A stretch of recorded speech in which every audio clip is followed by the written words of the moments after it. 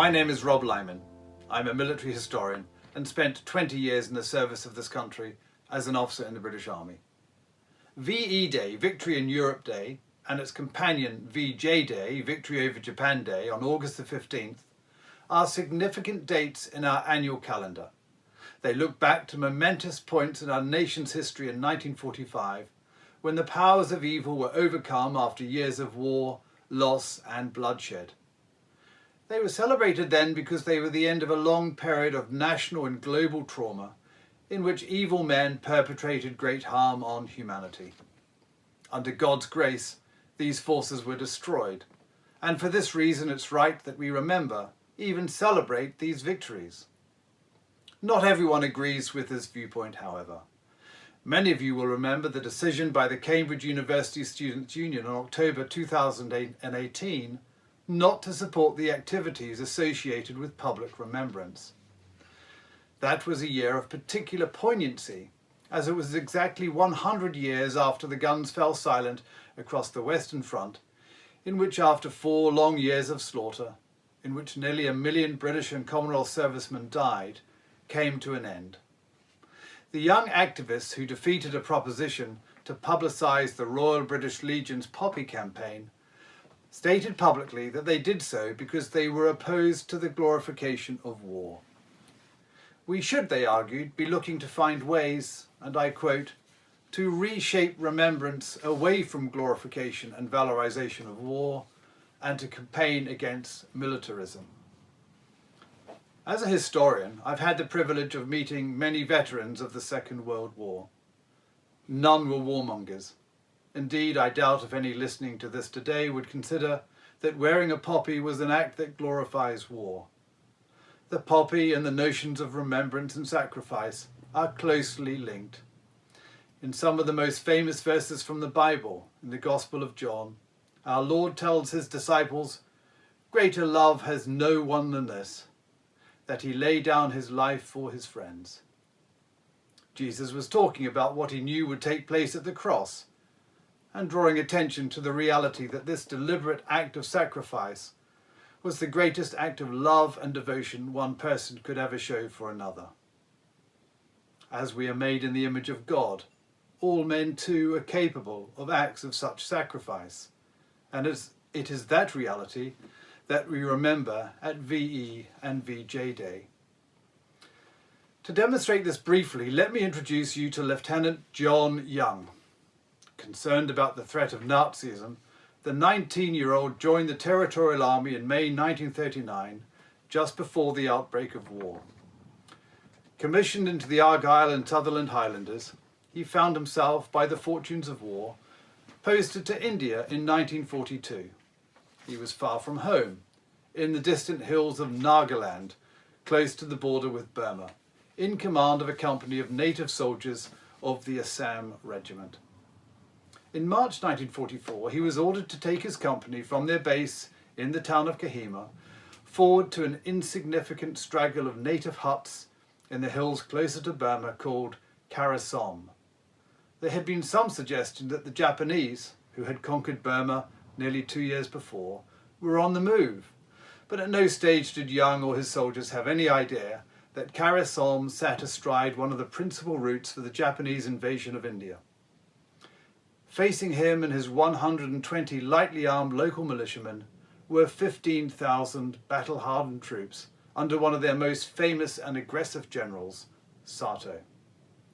Suddenly, the British High Command realised the imminent danger and sent instructions to Young and his men. Their orders were that the Assam Regiment was to fight to the last man and the last round. This order was later rescinded, but it was too late. Communications between Kohima and Karasom had been cut. Then, on the 22nd of March, the tidal wave struck. 3,000 men of the Japanese advance guard rushing on Karasom, trying to get Kohima before the British could prepare the defences. But they met surprising resistance. Young had placed his men in well-sighted trenches facing the valley through which they knew the Japanese would have to come. And when they did so, Sato and his men were faced by an immovable defence. John Young and his men held off repeated waves of Japanese attacks. By March the 29th, it was plain to Young that he and his men would be overwhelmed. So he made a decision. After thanking his surviving men for their bravery and unwavering commitment, he ordered them to escape back through the hills to Kohima. He would remain.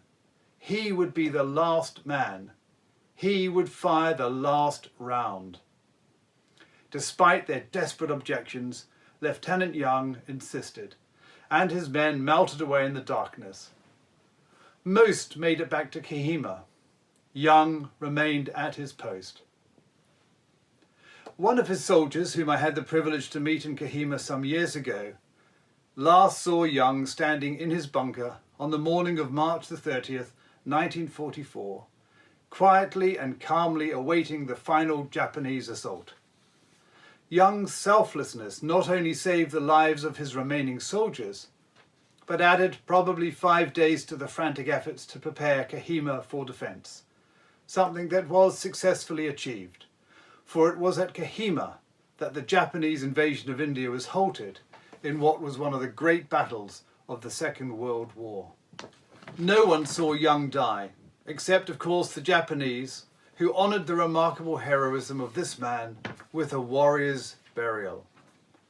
On the memorial at the entrance to the cemetery in Kohima, where he lies buried, the inscription reads, "When you go home, tell them of us and say, 'For your tomorrow, we gave our today.'" It is for John Young that we remember VE Day. We gather not to glorify war, but to stand in remembrance of countless men and women like him, who laid down their lives to enable us, including all those at the Cambridge University Students' Union, to live in peace. Every year, on occasions like this, I think of those of my friends who have died in the service of their country. I also think of John Young, standing on that lonely parapet, thousands of miles from home, entirely alone, facing certain death at the hands of an implacable foe. But I also remember Christ's words in that passage in the Gospel of John. "Greater love has no one than this, that he lay down his life for his friends." Christ did it for his friends. John Young too did it for his. Today we remember VE Day in church because Christ's perfect sacrifice on that lonely cross at Calvary is the entire basis for the Christian faith. And it's to this faith that Young's remarkable act at Karasom in 1944 points us. Think on this. The greatest act of our humanity is to offer ourselves in sacrifice to others. Christ, God's Son, sacrificed himself for suffering humanity, and John Young thought nothing of doing the same, even in the terror and tumult of battle. It's this that I wish to commend to you today. Young laid down his life to end war, not to glorify it. We may never be called upon to pay the ultimate sacrifice, but we are called certainly never to forget those who have, and to live our lives in the pattern of that sacrifice. Thank you.